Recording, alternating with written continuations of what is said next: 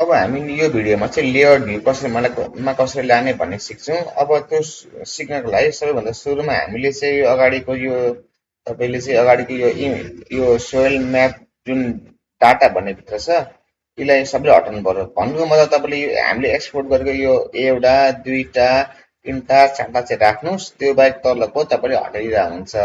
यहाँ तपाईँले right click गर्नुहोस्, यसलाई के गर्नुहोस् रिमुभ गर्नुहोस्, यसलाई पनि राइट क्लिक गर्नुहोस्, यसलाई पनि के गर्नुहोस् रिमुभ गर्नुहोस्। अब तपाईँले यहाँ देख्न सक्नुहुन्छ एउटा जिपिएस भन्ने पोइन्ट यहाँ छ र अर्को लमाई भन्ने यहाँ छ होइन। तपाईँले चाहिँ यी फाइलहरू राख्नुपर्छ। अनि तपाईँलाई मैले चाहिँ अझै एउटा डिस्ट्रिक्टको डेटा पनि म तपाईँलाई सेयर चाहिँ गर्छु।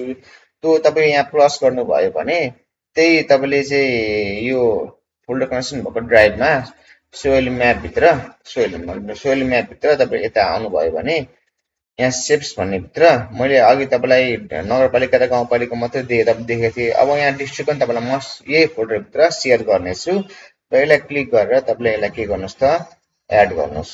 यो एड गरेपछि पहिलो यसलाई चाहिँ के गर्नुहोस् त हलो बनाउनुहोस्। यहाँ लेफ्ट यो बक्सभित्र आएर लेफ्ट क्लिक गर्नुहोस् र यहाँ डबल क्लिक गर्नुहोस् है। अब यो गर्ने क्रममा तपाईँले यहाँ फाइलमा गएर बेला बेलामा चाहिँ सेभ गरिराख्नुपर्छ है। कहिलेकाहीँ यो सिस्टम क्रास हुन्छ, त्यो भएर बेला बेलामा सेभ चाहिँ गरिराख्नुहोस्।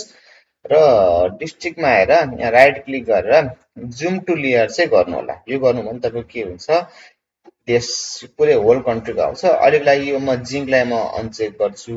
अब हामीले काम गरिरहेको ठाउँ भनेको दाङको लमई नगरपालिका हो। त्यो भएर यहाँ तपाईँले राइट क्लिक गरेर तपाईँले के गर्नुहोस् भन्दाखेरि ओपन एट्रिब्युट टेबल गर्नु होला। अनि त्यो गरेपछि तपाईँको डिस्ट्रिक्ट त यहाँ जिगज्याग छ। यहाँ तपाईँले फेरि सुरुमा लेफ्ट क्लिक गर्नुहोस्, राइट क्लिक गरेर चाहिँ के गर्नुहोस् भन्दाखेरि सर्ट एसेन्डिङ गर्नु होला।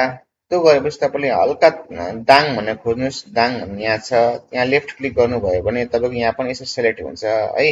अब यदि तपाईँको चाहिँ कसैको चाहिँ यो यसै साइडमा पनि आएको हुन्छ होइन एट्रिब्युट टेबल, यो एट्रिब्युट टेबल यहाँ पनि आएको हुन्छ र यदि यस्तो आयो भने तपाईँले यसलाई ड्र्याग पनि गर्न सक्नुहुन्छ यसरी है।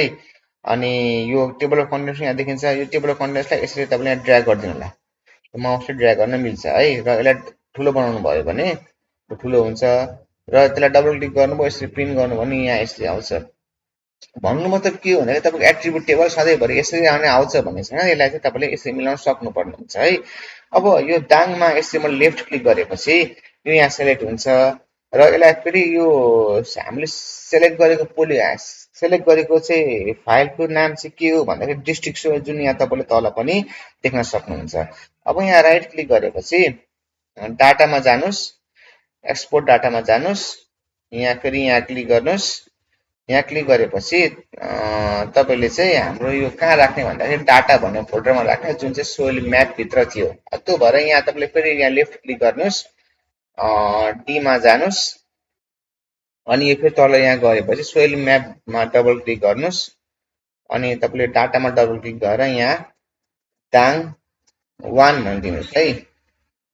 सेभ गर्नुहोस् र यसलाई ओके गर्नुहोस् र यसलाई यस गर्नुभयो भने तपाईँको के हुन्छ दाङ चाहिँ एक्सपोर्ट हुन्छ। अब त्यो हेर्नको लागि तपाईँले चाहिँ सुरुमा यसलाई क्रस गर्नुहोस् एट्रिब्युटलाई अनि यसलाई फेरि बेला बेलामा सेभ त गरिराख्नु पर्यो। अनि यो चाहिँ क्लियर जुन तपाईँले जुन देखिराख्नुपर्छ नि यो भने अनक्लियर गर्ने क्लियर गर्ने हो। यो क्लियर गर्नलाई यहाँ लेफ्ट क्लिक गर्नु भने तपाईँको कलर चाहिँ हराउँछ। अहिलेको लागि यो म डिस्ट्रिक्टलाई म यो अनचेक गर्छु र दाङलाई मात्र के गर्छु त देखाउँछु। अब यो बक्समा आएर डबल क्लिक गर्नुभयो भने यो हलोलाई पनि तपाईँले हटाउन सक्नुहुन्छ अथवा हलो बनाउन सक्नुहुन्छ। हाम्रो यहाँ अर्को गोल के हो भन्दाखेरि दाङ डिस्ट्रिक्ट त आयो। अब दाङभित्र कतिवटा नगरपालिका र गाउँपालिका छ अब त्यो हेरौँ। त्यो हेर्नको लागि यहाँ फेरि प्लसमा जानुहोस्। तपाईँले यहाँ नगरपालिका र गाउँपालिका भने सेप्सभित्र देख्न सक्नुहुन्छ। अब यो सेप्स कहाँ छ भन्दाखेरि तपाईँले फेरि यहाँ लेफ्ट क्लिक गरेर फोल्डर कनेक्सनमा जानुभयो भने यो डीमा डबल क्लिक गर्नुहोस्, फेरि यता आउनुहोस्, सोइल म्याप देख्न सक्नुहुन्छ। यहाँ सेप्स भन्ने छ जुन म यो तपाईँलाई पनि सेयर चाहिँ गरौँला होइन। यो चाहिँ तपाईँले यहाँ यो क्लिक गर्नुभयो भने यहाँ के हुन्छ तपाईँको चाहिँ सबै देखिन्छ। अब यहाँ चाहिँ के हुन्छ भन्दाखेरि हामीलाई दाङभित्रको मात्रै चाहिने हो। अब यहाँ तपाईँले के गर्नुहोस् भन्दाखेरि जियो प्रोसेसिङमा गएर क्लिपमा गएर जानुस् र इनपुट फिचरमा के हाल्नुहोस्, नगरपालिका र गाउँपालिका हाल्नुहोस्। क्लिप फिचरमा तपाईँले यहाँ दाङ 1 भनेर हाल्नुहोस् है। अनि तपाईँले यो यो क्लिक गरे, यो तपाईँको कहाँ फाइल कहाँ राख्ने भनेर त्यो दिनको लागि चाहिँ यहाँ लेफ्ट क्लिक गरेर चाहिँ त्यही डाटा भन्ने अघि मैले बनाएकै फोल्डर छ त्यही भित्र दाङ 2 भनेर अहिले हालिदिनु होला। सेभ गर्नुहोस् र यसले के गर्नुहोस् त ओके गर्नुहोस्। यसले केही समय चाहिँ दिन्छ, क्लिक गरिहाल्यो। अब यो सबैलाई अनचेक गर्नुहोस्। सबैलाई अनचेक गर्नको लागि के गर्नुहोस्, यहाँ राइट लेयर्समा आएर राइट क्लिक गरेर टर्न अल लेयर अफ भनेर क्लिक गर्नुभयो भने यहाँ दाङ 2 मात्रै क्लिक गर्नुहोस्, तपाईँले दाङको चाहिँ डिस्ट्रिक्ट देख्नुहुन्छ। अब यसलाई म डबल क्लिक गरेर चाहिँ यसलाई हलोमा क्लिक गर्नुभयो भने तपाईँले चाहिँ सबै हलोमा देख्न सक्नुहुन्छ। यसलाई म राइट क्लिक गरेर जुम टु लेयर गरेँ भने यो चाहिँ हाम्रो के हो, यो हाम्रो फिट भएको एरियामा आउँछ। अब यति आएपछि तपाईँले यहाँ हेर्नुभयो भने यसको एट्रिब्युट टेबल हेर्नुभयो भने राइट क्लिक गरेर यहाँ एडिट गरेर ओपन एट्रिब्युट टेबल गर्नु होला। अब यहाँ के देखियो भन्दाखेरि दाङ सँगसँगै अरू छिमेकी डिस्ट्रिक्टको पनि देखियो। त्योलाई चाहिँ हामीले के गर्नुपर्छ, हटाउनु पर्ने हुन्छ। र त्यो हटाउनु तपाईँले के गर्नुहोस् भन्दाखेरि सुरुमा यहाँ आएर डिस्ट्रिक्टमा आएर लेफ्ट क्लिक गर्नुहोस्, राइट क्लिक गरेर चाहिँ सर्ट एसेन्डिङमा जानु होला। यस्तो गर्नुभयो भने तपाईँको दाङ चाहिँ सबै दाङ एकै ठाउँमा बस्छ। त्यसपछि तपाईँले यहाँ के गर्नुहोस् भने यो टपमा आएर यो भनेको तपाईँको बबै गाउँपालिका छ, त्यहाँ यहाँ लेफ्ट क्लिक गर्नुहोस् र तल अन्तिम दाङ कहाँ छ होइन, यो म फेरि भन्छु, यहाँ फेरि टप बबै गाउँपालिका टपमा क्लिक गर्नुहोस्। अनि किबोर्डको सिफ्ट कीलाई प्रेस गरिराख्नु होला। अनि दाङको लास्टमा यो तुलसीपुर उपमहानगरपालिका छ त्यसमा आएर फेरि क्लिक गर्नुहोस्। यदि क्लिक गर्नुभयो भने तपाईँको सबै दाङ डिस्ट्रिक्ट चाहिँ के भयो त क्लिक भयो है। वेरेज अरूलाई हामीले क्लिक गर्नु पर्दैन किनभने त्यो हाम्रो एरिया अफ इन्ट्रेस्ट होइन। अब हाम्रो यो एट्रिब्युट टेबल भनेको चाहिँ यो हाम्रो सेभ फाइल भनेको चाहिँ दाङ 2 भन्ने छ।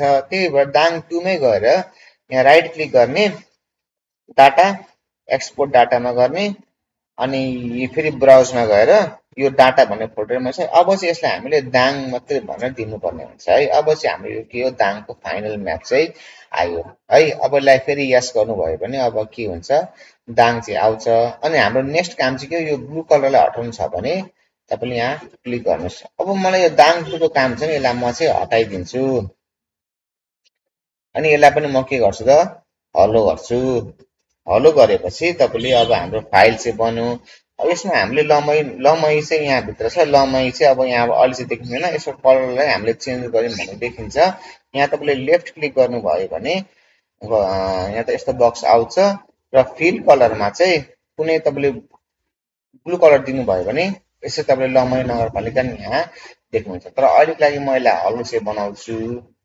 अनि अब हामीले स्टडी एरिया म्यापिङ चाहिँ गर्नुपर्ने हुन्छ। त्यो स्टडी एरिया म्यापिङ चाहिँ म तपाईँको नेक्स्ट भिडियोमा यसलाई म अघि बढाउँछु।